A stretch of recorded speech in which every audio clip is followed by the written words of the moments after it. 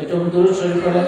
আল্লাহুম্মা সাল্লি আলা সাইয়্যিদিনা মাওলানা মুহাম্মাদ ওয়া আলা আলি সাইয়্যিদিনা। আর শব্দ হওয়ার কথা, এটা নবীর প্রেম।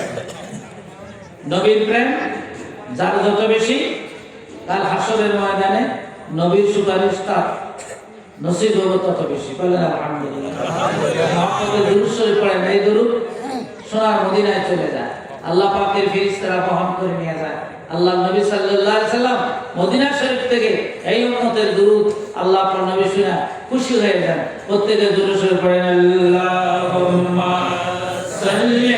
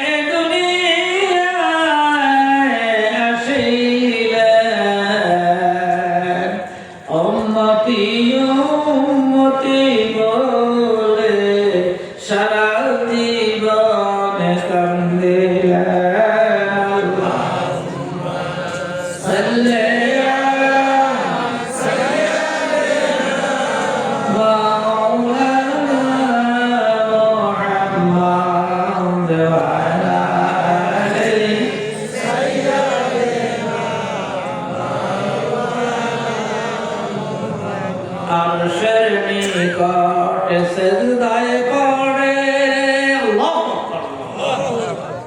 আরশের নিকট সিজদায় পড়ে, কামবেন নবী জারে যা,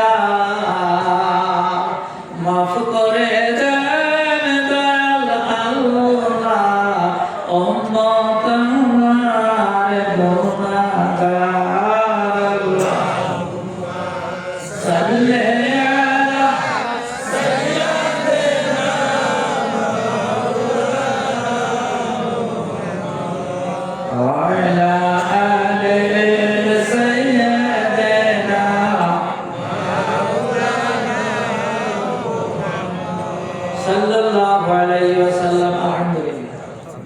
দেখেন,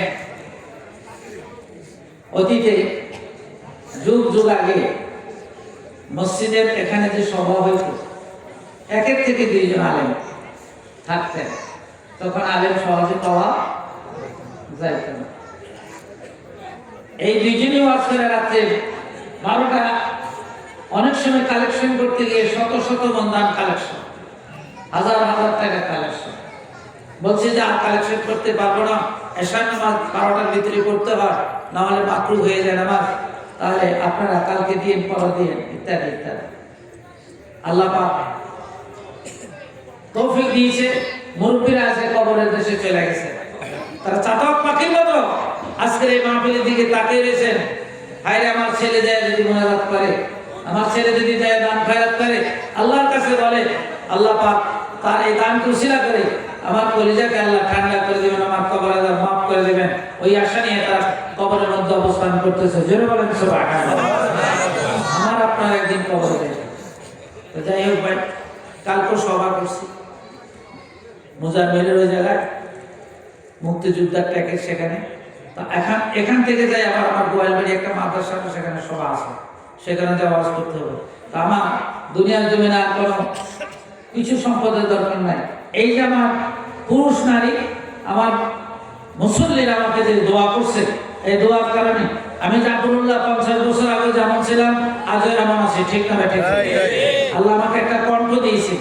উকিল করেনি কারো সম্পদ হরণ, কাক করেনি কারো সম্পদ হরণ, উকিল করেনি কারো ধন বিতরণ, কাকে কঠোর রব বিষ লাগে কানে, উকিল অকিল প্রিয় সমুদ্র টানে।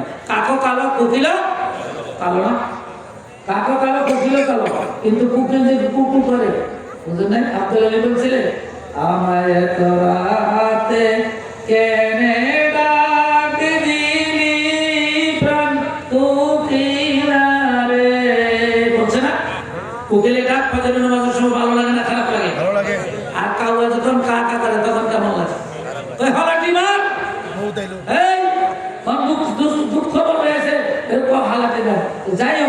এই যে মানুষের প্রত্যেকেই আজ 45 বছর পর্যন্ত আপনাদের খেদমত করে একই মসজিদে 45 বছর খতিবগিরি করা, ইমামতি করা, এটা কোপাল লাগে, দোয়া লাগে, ঠিক না?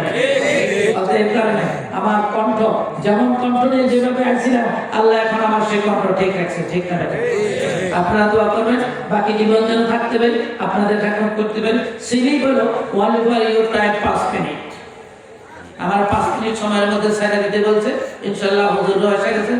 আমাদের এখানে এখন রাজনীতির প্রেক্ষাপটে অনেক কিছু নেতারা আসবেন, ওনারা আসছেন।